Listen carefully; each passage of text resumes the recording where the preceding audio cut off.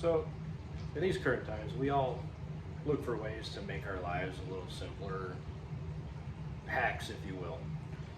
I've got some hacks here for the aquarium hobby that maybe some of you already know, maybe a lot of you already know, but I'm gonna go ahead and share them anyways because there might be somebody out there that is doing something a harder way than they should be, and some of this might help them out. Hello everyone, I'm Eric with Ferlo's Aquatics, and I'm bringing you my top 3 aquarium hacks series, so stay tuned. Alright, so if you're new to the hobby, or if your situation just doesn't allow for it for a python or some kind of water changing system, this hack's going to help you tremendously, because there's nothing worse than when you do a water change, you get your tank all nice and clear, you go to fill it back up, you dump a bucket of water in there, and you just dump it.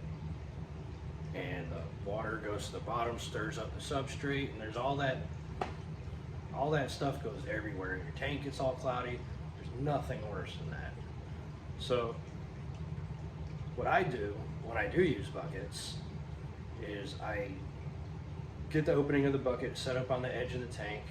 I take my free hand and put it at the mouth of the bucket, and I dump the water over my hand so that it breaks the water, and it doesn't go all the way down to the substrate and stir up all that junk. Again, to some of you that's like amateur hour and whatnot, then that's okay. If you have a better way of doing things, that's fine. This is the way I do it when I do use buckets, although I do mainly use the Python water changing system, which makes my life a heck of a lot easier. But anyways, like I said, break the water as you're putting it in, and it won't go to the bottom and stir up all that junk. The next hack is going to be a little different. Some people do good with like lists and stuff. I'm one of those people. So I'm going to say my next hack would be plan your maintenance. Now, if you're like me, you have more than one fish tank. And also, right behind you guys, there is a whole entire room full of reptiles that we have to take care of.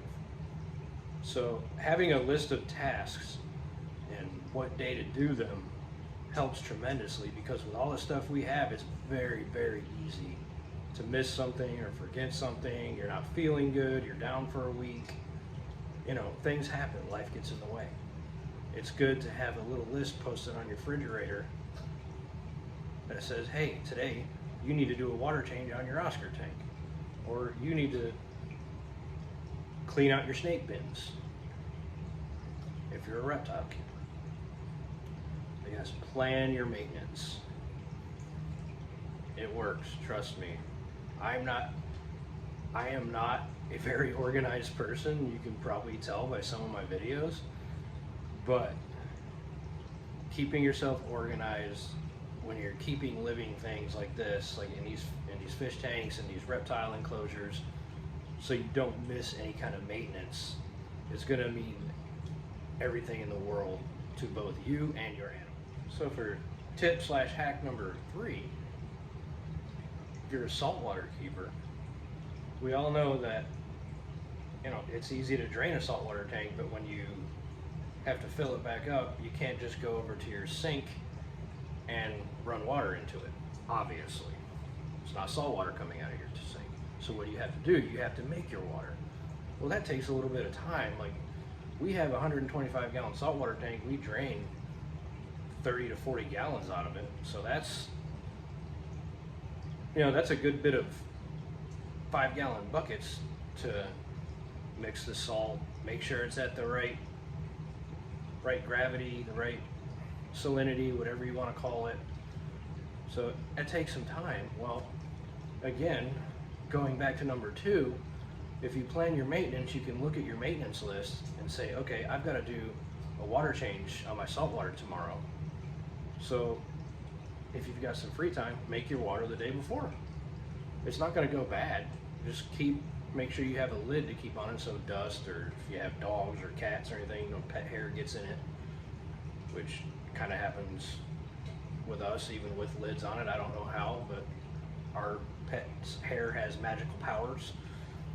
So be it.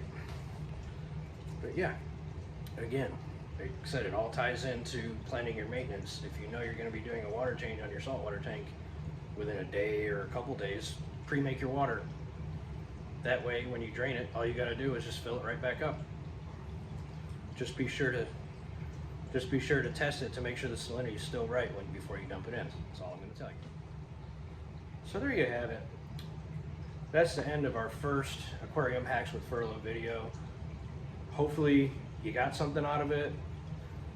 Stay tuned because I'm going to have these coming out every week. And I really appreciate you guys, and thank you so much.